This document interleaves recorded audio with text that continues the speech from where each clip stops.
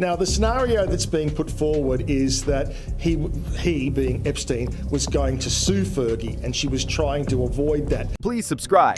It costs you nothing, but it truly means so much to me. Whispers from Windsor describe a night few saw coming. Inside, tension reportedly hung heavy as Sarah Ferguson faced what insiders called her most humiliating final hours there. Curtains drawn, lights dimmed, movements timed down to the minute. Then came the quiet exit under darkness that sent speculation into overdrive. No official statement, no clear explanation, just fragments, side glances, and unanswered questions. What really happened behind those closed doors? And why did it all feel so secretive? Now she is effectively without a permanent royal base, and the way it unfolded shocked watchers the most. Not because it was loud or dramatic, but because it was cold, controlled, almost surgical. While Prince Andrew, still surrounded by long-running controversy, has been spotted walking the Windsor grounds like nothing shifted, sometimes even giving small waves, Sarah seemed to vanish. The contrast hit hard. He stayed visible. She faded out. Behind the scenes, this wasn't just awkward tension. It looked like a quiet removal.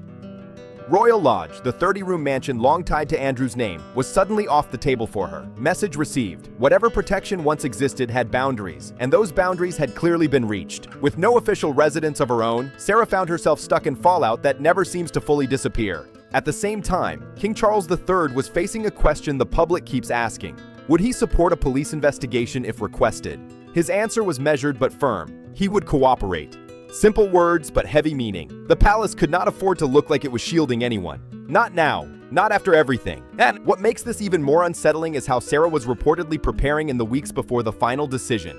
Reports from the Daily Mail suggested she had been bracing quietly, expecting the worst. But instead of packing openly or stepping forward with a statement, she allegedly kept her movements low-key, slipping in and out, avoiding attention, avoiding headlines. One claim stunned observers. A source alleged she was driven in and out while lying flat in the back seat of a car to avoid being seen. No grand exit, no front door farewell, just invisibility. For someone once known as Fergie, bold and chatty, never shy of a camera, that image feels heavy, not dramatic, just deeply uncomfortable. Then things reportedly tightened even more after renewed discussion around Epstein-related material resurfaced in public conversation. Even though the strongest scrutiny has long focused on Andrew, the revived headlines pulled old associations back into view. And inside royal circles, perception can be everything. Once names start appearing together again, even indirectly, doors tend to close fast. So now Sarah stands in a strange limbo. Andrew still appears in public spaces around Windsor. She does not. Royal Lodge is no longer part of her daily life. And what unsettled people most wasn't just the housing shift, it was the silence. No big explanation, no visible transition, just a chapter that seemed to end without warning. Behind palace walls, there were also murmurs about tensions brushing up against Princesses Beatrice and Eugenie. Questions about correspondence. Questions about old connections. Questions about how deep certain ties truly ran. Nothing fully spelled out, just enough hints to keep curiosity alive. And that is what makes this situation linger. Not noise, not spectacle, but silence that speaks loudly. The eviction that shook Windsor, it wasn't just about moving boxes. It was about correspondence that reportedly sent a real chill through the palace. Insiders claim newly revealed letters didn't just reference Princess Beatrice and Princess Eugenie. They described them in language that felt sharp, personal, and impossible for senior royals to ignore. That detail rang like an alarm bell. Because once daughters are pulled into the wording, the issue is no longer contained to Prince Andrew alone behind Windsor's gates. Tension had already been building. Sources close to King Charles III say he was increasingly uneasy watching his brother move freely around the estate, greeting members of the public like everything was normal. To some, it looked like quiet defiance. To Charles, it reportedly looked risky. Optics matter in royal life, and this was playing out in full public view at the worst possible time. The family was already dealing with political noise surrounding Peter Mandelson, whose name had pulled more headlines into the national spotlight. At the same time, Andrew's past continued to cast a long shadow. Old questions resurfaced about his time as trade envoy and alleged links to Jeffrey Epstein. Even without new findings, the renewed discussion alone was enough to spark serious concern. Inside palace strategy rooms, guilt is not always the main focus. Perception is. What people believe can move faster than facts. That is why what happened next reportedly moved at high speed. Claims suggest urgent talks took place between King Charles and Prince William at Sandringham House in the days before the eviction. Sandringham is not where casual chats unfold. It's where decisions get locked in, away from cameras, behind heavy doors. If those conversations were as intense as reported, it signals the family felt the clock was ticking. Soon after, Andrew and Sarah Ferguson were reportedly instructed to leave Royal Lodge earlier than expected, and this wasn't described as a gentle transition. One report paints a dramatic image, Andrew being required to vacate around midnight, before everything was fully packed. If accurate, that suggests urgency, not a slow goodbye, not a drawn-out negotiation, a clean break. If Andrew's exit felt rushed, Sarah's situation likely felt no calmer. Staff allegedly dealt with what looked like a residence cleared in haste. Dust sheets thrown over furniture, packing cases scattered, pale outlines on walls where royal collection artwork once hung, like faint reminders of what used to be there. It didn't look ceremonial, it looked abrupt. Some observers argue Andrew has been treated harshly, pointing out that debate still surrounds certain allegations. But palace insiders reportedly believed they no longer had the space to debate fairness. They were managing survival, reputation, stability, especially with Beatrice and Eugenie's names now appearing in discussions. Once the younger generation is mentioned, the stakes rise fast. The message seemed clear. The family was no longer just embarrassed, they were bracing. Royal Lodge, once a symbol of status and security, suddenly appeared half empty and unusually quiet. The shift felt dramatic not because of shouting or spectacle, but because of how quickly the tone changed. What followed was described as a quiet collapse. A proud royal home looking strangely hollow. Lights on, rooms cleared, history boxed up. Royal Lodge had long been tied to Andrew's identity. Now it felt like a chapter closing under pressure. And then there's Sarah's complicated place in all this. Even after divorcing Andrew in 1996, she continued living at Royal Lodge for years. It wasn't illegal. It wasn't formally scandalous. But it did raise eyebrows. In a monarchy built on structure and clear lines, the arrangement always felt slightly outside the usual rules. For a long time, that setup survived quietly. Until it didn't. The rules didn't just return, they slammed back into place. Royal Lodge was never some casual grace and favor freebie. It sat under a long lease reportedly stretching to 2078, and that lease came with serious weight. Prince Andrew wasn't just staying there. He was responsible for massive renovations, endless maintenance, and bills that could spiral into the millions without warning. Those renovation costs were said to be huge, and by many accounts, Andrew struggled to keep up. The house didn't just require attention, it demanded constant cash, constant repairs, constant proof he could afford to hold it. Ex-wife Sarah, Duchess of York, will also lose her title and will be known as Sarah Ferguson. Then the ground shifted. When control of the lease was effectively pulled, it didn't just weaken Andrew's standing. It triggered a domino effect that tore through Sarah Ferguson's already fragile setup. This wasn't a slow fade. It was sharp. Public anger toward Andrew remained intense. Some openly called him a disgrace, but feelings toward Sarah were more mixed. Many separated her from his controversies. That split in opinion sparked a deeper question. Is Andrew just a personal scandal, or has he become a symbol of something bigger inside the monarchy? Even as debate raged, Andrew was still seen around Windsor Great Park, photographed like daily life hadn't changed. But behind closed doors, everything had. In the weeks before the move, deliveries reportedly arrived in steady waves. Not flashy purchases, not luxury splurges. It looked more like preparation, quiet planning, a build-up to something no one wanted to say out loud. Royal Lodge had collected decades of belongings. Moving out wasn't simple. Sources described it as a slow excavation. Room by room, drawer by drawer. A life that had expanded for years now being dismantled piece by piece. And for Sarah, what slipped away wasn't just a roof, it was routine. Familiar walls, the one stable place she had leaned on, even if the arrangement always raised eyebrows. Royal Lodge didn't fall with headlines. It faded under cardboard boxes. Silence replaced statements. One detail kept circulating. Andrew's well-known collection of teddy bears. Reports claimed many were among the first items boxed up and sent to storage. Personal objects quietly removed, like signs of a life being packed away. Yet one stuffed monkey was reportedly left behind, kept close, almost like a final comfort in a house that no longer felt secure. Please subscribe. It costs you nothing, but it truly means so much to me. Inside those gates, the atmosphere reportedly shifted. Not calm, not dignified, just heavy. In the weeks leading into November, whispers suggested Andrew was withdrawn, spending long stretches alone inside the property. The Grand Lodge that once symbolized status began to feel isolating. Sarah, meanwhile, was said to be navigating her own emotional storm. While Andrew stayed largely inside, she reportedly sought comfort in quiet corners away from cameras. One discreet bar, nicknamed the Doghouse by insiders, was mentioned more than once. It was there, sources claim, she opened up to trusted friends and staff, people who would listen without judgment. The stress wasn't just about headlines, it was about the clock ticking. Inside the lodge, their relationship reportedly felt less like a united front and more like a truce. Claims suggested they occupied separate ends of the house, crossing paths mainly at lunch and dinner. Those meals weren't cozy family scenes. They were described as serious discussions about what came next. And the tone? Not hopeful, practical, careful, edged with anxiety. Sarah in particular was described as emotionally drained, deeply worried about losing the last thread of stability she had known for years. The possibility of leaving, of being displaced, appeared to weigh heavily on her. Royal Lodge had once represented security. Now it felt uncertain, and as boxes stacked higher and rooms emptied out, the situation took on an almost surreal edge. A grand residence slowly hollowed, personal belongings disappearing into storage, conversations happening behind closed doors. Then came the next twist, the part that made everything feel even more unsettling. After she left Royal Lodge, Sarah's exact location became a mystery almost overnight. And that silence, it lit up speculation fast. Some believed she may have quietly left Britain, something critics claim she has done before when pressure builds. Royal author Andrew Loney told The Mirror that Sarah has a pattern. When scrutiny rises, she steps out of sight.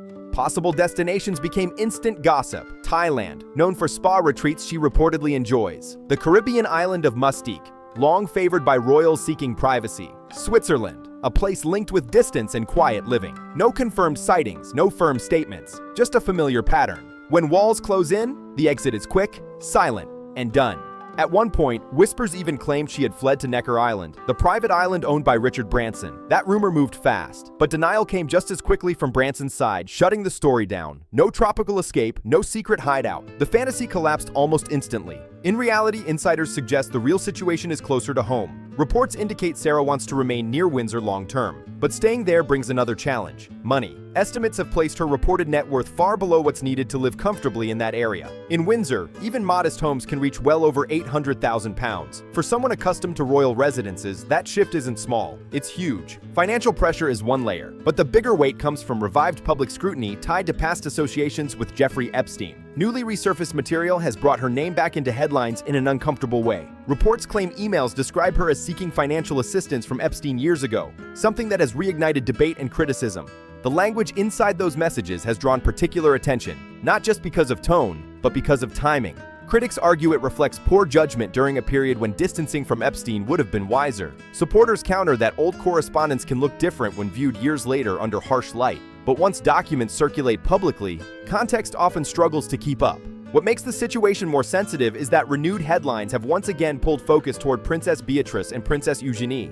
Reports suggest the daughters were unsettled by how their mother's past communications were being portrayed. For them, it's not just public commentary, it's personal. There have also been widely discussed allegations about whether Andrew ever shared family photographs with Epstein. These claims remain disputed and heavily scrutinized, with no verified findings confirming wrongdoing related to the daughters. Still, the mere mention of such accusations has stirred strong reactions among royal watchers.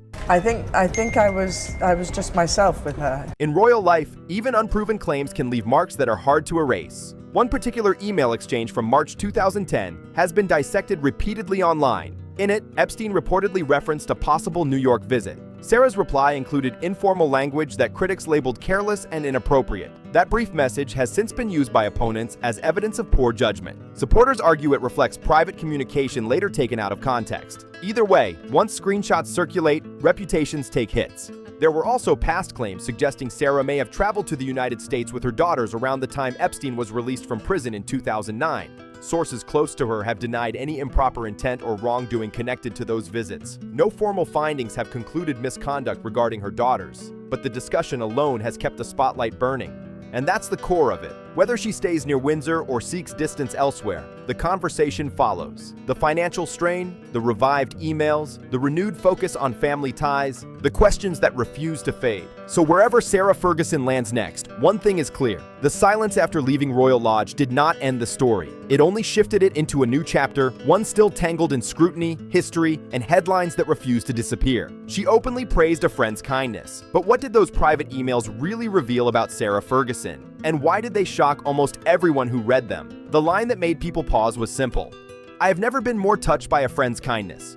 On its own, it sounds sweet, harmless, warm. But once people saw who it was sent to, the mood changed fast. When the private emails resurfaced, they didn't just reopen old wounds. They pulled Princess Eugenie and Princess Beatrice back into headlines they never signed up for. And for many observers, that felt like a fresh wave crashing into an already bruised family. One message, reportedly written around Eugenie's 20th birthday, became one of the most discussed pieces of the entire situation. At the time, Eugenie was focused on her own world, celebrating quietly, building her relationship with her then boyfriend, now husband, Jack Brooksbank. But behind palace walls, something heavier was building, something that would eventually surface and spark debate far beyond Windsor. Sources speaking to the Daily Mail claimed the sisters were stunned and deeply embarrassed when the contents became public. The tone of the email wasn't formal or distant. It was emotional, affectionate, personal, and that's exactly what made it so uncomfortable for critics. It didn't read like stiff royal correspondence. It read like closeness, the kind that becomes difficult to defend once the wider context is exposed. Insiders suggested the sisters may not have fully understood how deeply their parents' past associations would resurface years later. And once the headlines returned, they weren't just about Sarah. They carried the daughters' names too. Suddenly, people online weren't just asking what happened. They were asking who knew what. And that kind of speculation spreads fast. A friend reportedly told Page 6 that Eugenie felt unfairly dragged into a situation that didn't belong to her. According to that source, she was frustrated at being judged for decisions she didn't make. And that final line from the email, describing everything as a never-ending mess, now feels painfully accurate for her. This isn't just about one resurfaced message. It's about how history follows the next generation, whether they want it to or not. For the York sisters, the shadow feels long, and it keeps stretching. Sarah herself has always been known for warmth, humor, and that open, chatty energy, but recent revelations have dimmed that familiar image. Former BBC royal correspondent Jenny Bond openly expressed disappointment, saying that while Sarah can be likable, certain decisions don't simply fade away with time. One moment that continues to spark criticism was a trip to Miami years ago, where Sarah reportedly introduced her daughters, then young adults, to Jeffrey Epstein shortly after his release from prison. Critics argue that even if no wrongdoing involved the daughters, the optics were deeply troubling. Supporters counter that hindsight always sharpens judgment. Still, once details circulate publicly, the damage can be hard to reverse. Bond also referenced emails that allegedly included jokes about Eugenie's private life. If accurate, that tone raised eyebrows not because it was dramatic, but because it felt careless. In royal life, even casual comments can become permanent headlines once exposed. Yet despite the criticism, Sarah does not appear to be retreating quietly. Reports suggest that around the same time these files resurfaced, she was in talks about another ghost-written memoir. Some see that as bold, others see it as strategy, an attempt to reclaim the narrative before someone else shapes it entirely. One detail drawing attention is that according to sources, she has no plans to move back in with Prince Andrew. That matters, because it hints that this isn't just about loyalty. It may be about image. Royal commentator Andrew Loney suggested that rebuilding her public standing may require distance from Andrew's ongoing controversies. Andrew, for his part, has consistently denied wrongdoing and reportedly feels he has been treated unfairly. Those close to him claim he believes the world judged him harshly. And that's where the tension sits. Everyone seems to be holding tightly to their own version of events. Sarah reportedly maintains she had limited involvement in the broader controversy. Critics argue that the volume of correspondence complicates that claim, and that contradiction, not fully accused, not fully cleared, keeps the story alive. It places her in a space that feels unstable, not proven guilty of new crimes, not entirely free of association, just stuck in the middle. Both Sarah Ferguson and Prince Andrew have been approached for comment on the latest round of reports, but neither has publicly responded. And silence in a royal scandal often makes the noise louder, because this story has shifted beyond gossip. It's about reputation, about motherhood, about whether redemption is possible when the past refuses to stay buried. So what really forced Sarah Ferguson into that humiliating midnight exit from Royal Lodge? Was it royal orders, mounting pressure, a strategic reset, or something deeper still waiting to surface? Drop your thoughts below. And if you want more deep dives into royal drama, make sure you like this video and subscribe for the next chapter.